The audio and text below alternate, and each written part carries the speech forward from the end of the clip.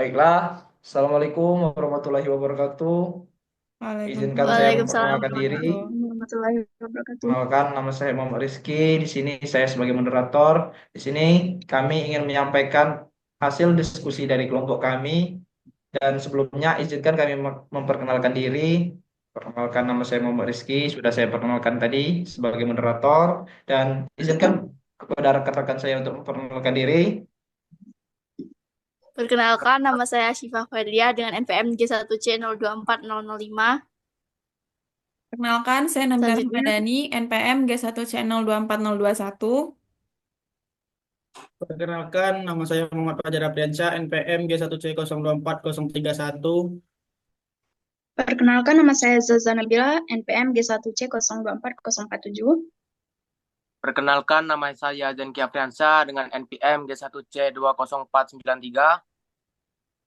Baik, selanjutnya di sini kami akan mempresentasikan hasil diskusi kami yang dimulai oleh rekan saya yaitu Asifah Khairuliyah.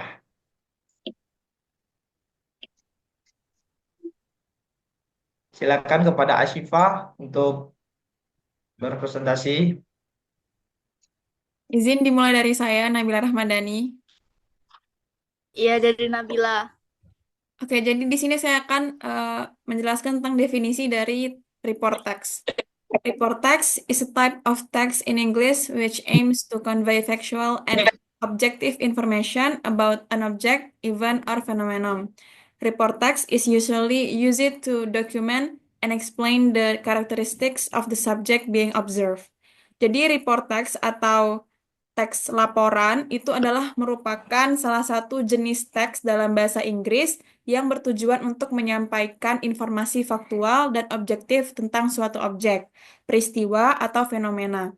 Teks laporan biasanya digunakan untuk mendokumentasikan dan menjelaskan ciri-ciri subjek yang diamati. Selanjutnya,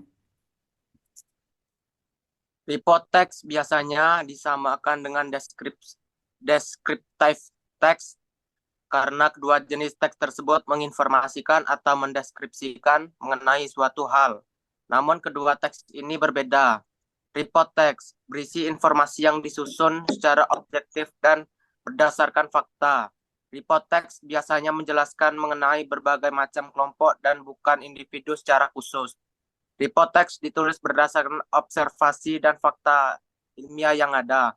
Descriptive text memberikan gambaran lebih melurus, spesifik mengenai informasi suatu objek. Descriptive text ditulis berdasarkan opini penulis. Selanjutnya,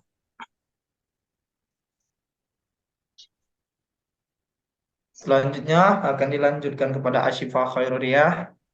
Silakan kepada Asifah. Selanjutnya, struktur of report text. Yang pertama, general classification. The first structure is the first part which contains various general information based on the result of observation made by the author. Yaitu klasifikasi umum atau struktur pertama yang merupakan bagian pertama yang memuat berbagai informasi umum berdasarkan hasil observasi yang dilakukan oleh penulis. Struktur yang kedua yaitu description. The second structure of the report text is the second paragraph and has the same function as descriptive text, namely to describe in more depth the details of the author research result in detail. Di bagian kedua struktur teks laporan itu terdapat deskripsi, yaitu di paragraf kedua yang punya fungsi yang sama dengan tes deskriptif, yaitu untuk menguraikan secara lebih mendalam mengenai rincian hasil penelitian penulis secara detail. Selanjutnya Adalah Fajar Ramadan. Silakan kepada Fajar untuk melanjutkan yang disampaikan oleh Syifa tadi. Baiklah, yang selanjutnya ada language features. Yang pertama ada general nouns. Use word that refer to something in general. Artinya, general nouns menggunakan kata yang merujuk pada sesuatu secara umum. Misalnya singa atau sebutan umum lainnya yang tidak spesifik tentang hewan lain. Yang kedua ada relating verbs or linking verbs. Contohnya is, are, look, same, test, and so on. Yang berarti relating verb atau kata kerja penghubung yang menggunakan kata is, arm, dan sebagainya. Yang ketiga ada timeless present tense, menggunakan simple present times. Misalnya, biasanya, sering, selalu, dan seterusnya. Yang keempat ada technical terms, yang berarti menggunakan istilah teknis yang berkaitan dengan topik atau pembahasan. Yang kelima ada introducing group or general aspect.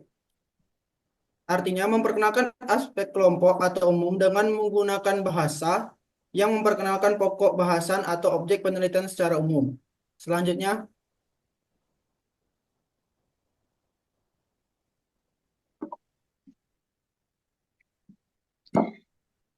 Example, the Eiffel Tower. The Eiffel Tower is one of the most iconic landmarks in the world and a symbol of Paris, France.